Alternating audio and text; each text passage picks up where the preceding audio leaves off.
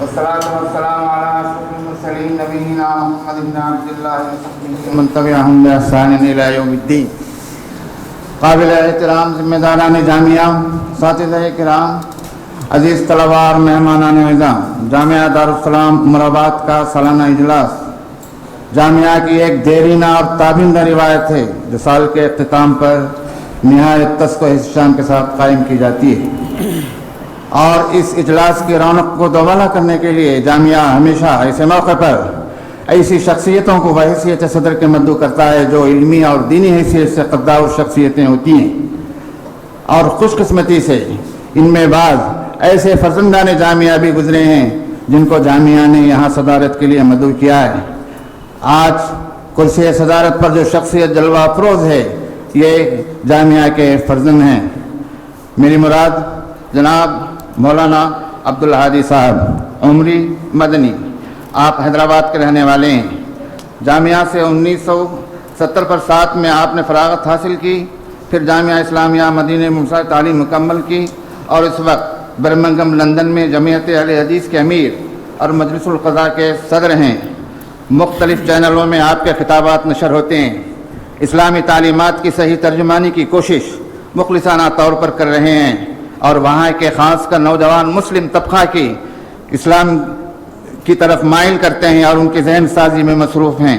اللہ تعالیٰ آپ کی ان نہایت گرا قدر قابل قدر مخلصانہ کوششوں کو شرف قبولیت سے نوازے اور آپ کو تادیر قوم ملت کی خدمت کی توفیق عطا فرمائے.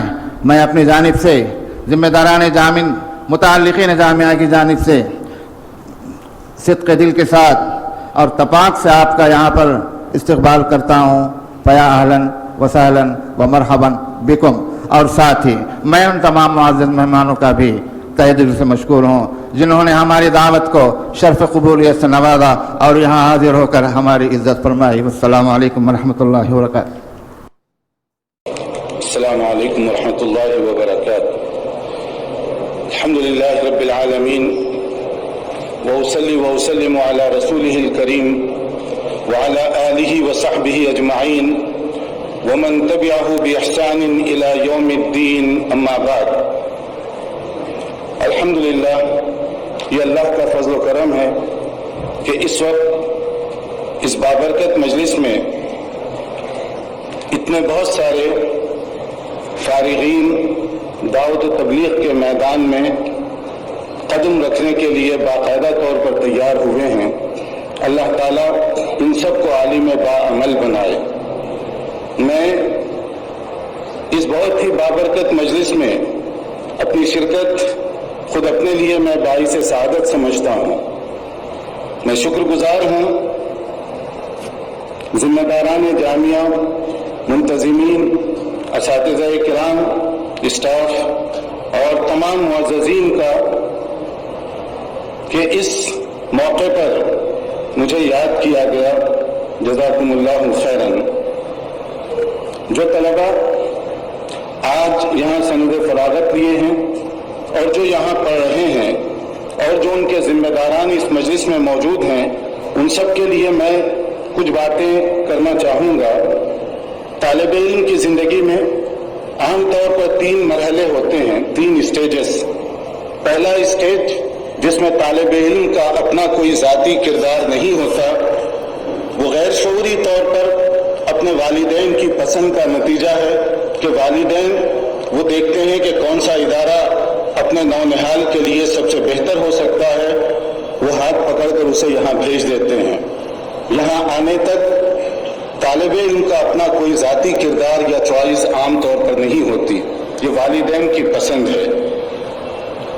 اور اس کے بعد جب وہ اس پٹری پر کھڑا کر دیا جاتا ہے تو یہاں سے اساتذہ کرام اور ذمہ داران جامعہ کی ڈیوٹی شروع ہوتی ہے کہ وہ والدین کے اعتماد کو ٹھیس نہ پہنچائیں، اور وہ ان بچوں کو جو اس پٹری پر کھڑے کر کے ان کے والدین گئے ہوں انہیں دوڑنا سکھائیں. اور میں یقین کے ساتھ اس بابرکت مجلس میں یہ کہہ سکتا ہوں کہ الحمدللہ یہاں اس جامعہ میں ایسے مشفق و مہربان اساتذہ ہیں جن کی کوئی کمی نہیں. میں بطور امانت کے ایک بات آپ کو اس مبارک مجلس میں سنانا چاہتا ہوں. شاید بہت کم لوگوں کو یہ بات معلوم ہو، تاکہ آپ محسوس کریں کہ جس ادارے میں اس وقت آپ بیٹھے ہوئے ہیں وہاں کس قسم کے اساتذہ پائے جاتے ہیں.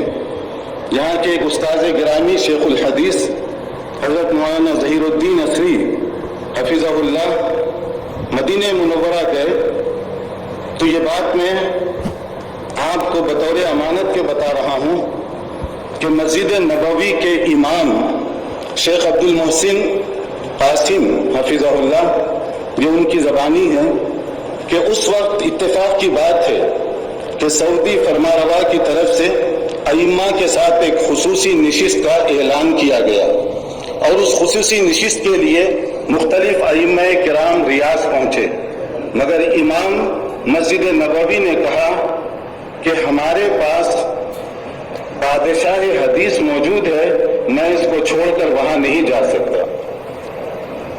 اور انہوں نے اسی استاذ کے قدموں میں بیٹھ کر حدیث کی اجازت لینے کو اپنے لیے باعث سعادت سمجھا. گویا اس وقت آج بھی بحر ہند میں ایسے دمکتے موتی موجود ہیں جو تاج عرب کی زینت بنائے جا سکتے ہیں.